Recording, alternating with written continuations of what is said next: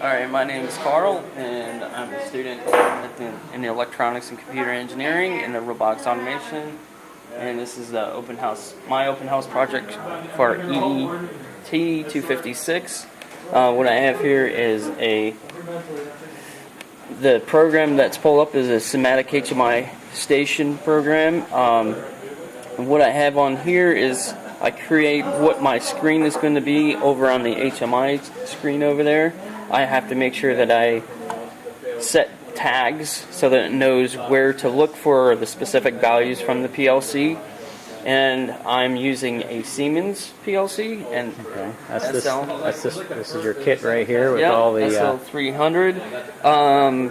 When Mr. Moser gave me this to work on, it pretty much it had this and this, and we had to, of course, get the software for the HMI and also for the processor. And there's certain things we had to do to get this thing to work.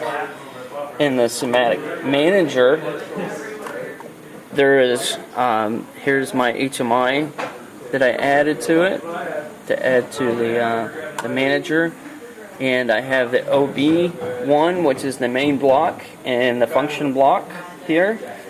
And what you do in the OB block is you call out to the function block. And here's my function block here, which I have some timers in here and a counter.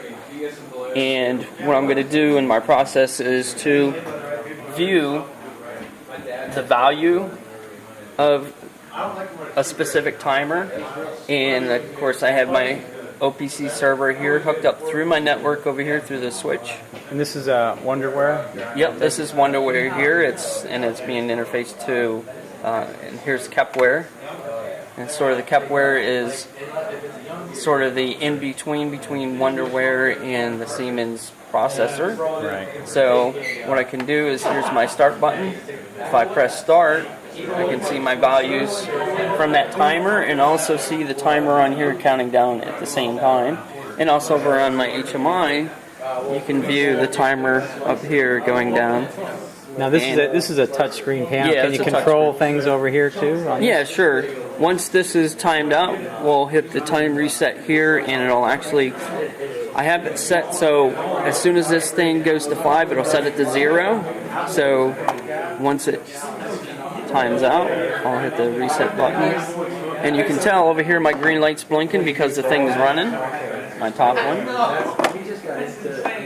Alright, so now I'll hit reset. That resets that and sets it back to 0.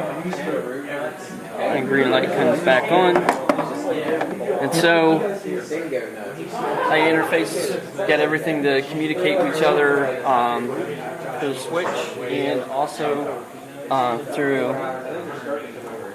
I had to actually go in and manually change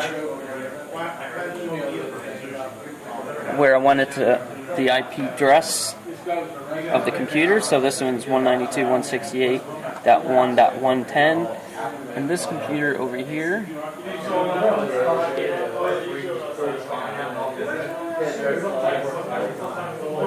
is 192.168.1.165.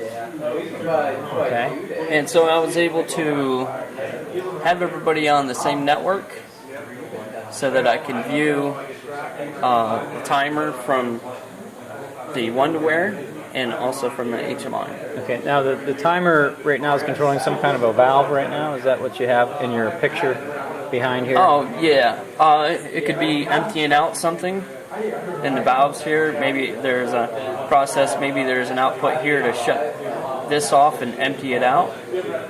And also, starting this up, you can actually see this decrementing also.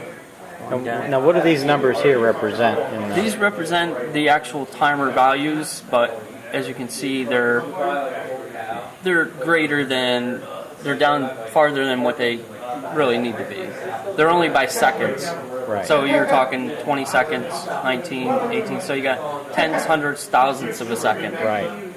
And why are there two displays here? Just to give you an indicator easier. That there's flow going through between the two. Right. I see. Okay. Great. And you know, in that particular thing, you could actually, you could have where it is, you know, you have a process on this side where it's actually controlling the amount of pressure in this side, and then you could do it on this side. So if they're not equal, you could throw up an alarm and say, hey, we're not equal, something's going on here at this section. Right. Okay. Good. Good. And this Siemens software, we actually don't use in our lab, so it was something I kind of took on my own and said, Right. hey, I want to learn how this works. Okay.